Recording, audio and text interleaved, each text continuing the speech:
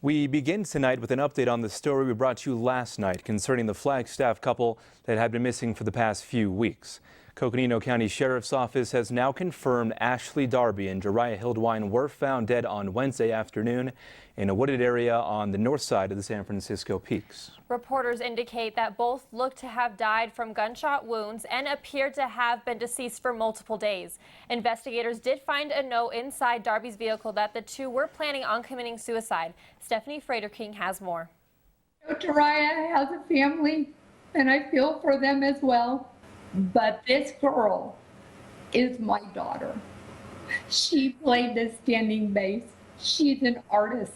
She's a writer. The words of an anxious mother as the search for her daughter reached into the late afternoon really demonstrates what a difficult day it was yesterday for many friends and family of Ashley Darby and Jeriah Hildwine. I think these situations present us with huge challenges. The complexity of the case played out yesterday as Coconino County Sheriff's officers did eventually find the bodies of the two missing individuals. Unfortunately today, they're still trying to unravel the circumstances of their deaths. When the car was initially found on Saturday, we did a very quick cursory search just around the parking lot area with very limited resources. And then we came back with a plan on Wednesday to initially go in there with a ground team of about 10 searchers and 2 dog teams. The dogs are trained in human detection.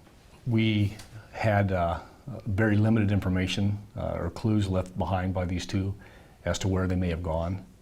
So at that point from the parking lot, we literally were looking at 360 degrees from that parking lot and out to, at that point, it's an unknown, it's infinity. We don't know how far they may have walked or gone. So at that point, we literally were looking for a needle in a haystack. It appears both have died from a gunshot wound. Obviously, we'll get more information after the medical examiner conducts an autopsy. We know which one of these subjects had the gun in their hand, so we know it was the male subject. The gun was in his hand when he was found. We can assume that that was the last person to have the gun and fired the last shot. We won't be able to determine probably if this is a murder-suicide or a suicide-suicide. I don't know that we'll ever be able to make that answer certain. For NAZ Today, I'm Stephanie Frater-King.